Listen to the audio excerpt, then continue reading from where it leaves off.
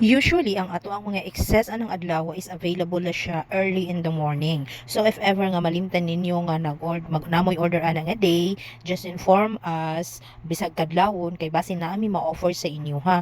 Pero talagsara na siya, depende kung natay available. Kay usahay ka na, bito ko mga customer nga mag-inquire sa ako nga gabi na kaayo ma'am, pwede mag-order ugma. Tapos dili bito kumpleto ang ilang details kung unsang orasa, unsa ilang order. So, nagahimo ko ana og excess kay para if ever na ako'y ma-offer sa ilaha kung sa orasa maluto na ko daan. Kay once mahipos na ni nako ang akong mga paraphernalias diri sa pagluto, nakahugas na ko, nakafix, nakapahulay na ko, di na jud ko ganahan ana mo balik og luto, especially kung assorted ang inyong order ana nga day. So ang ato ang kakanin is pre-order a day before or ahead of time kay para ma-prepare na to. So once napak na nako, di na nako na siya iputos balik for bilao ha. Once napak na siya, diha na gid na siya kay sayang kay effort og ang ato ang mga packaging ani. Ang atong excess di ay usahay mag-range na siya 100 pesos to 130 pesos only. So natay free delivery basta magian sa amo ang ruta.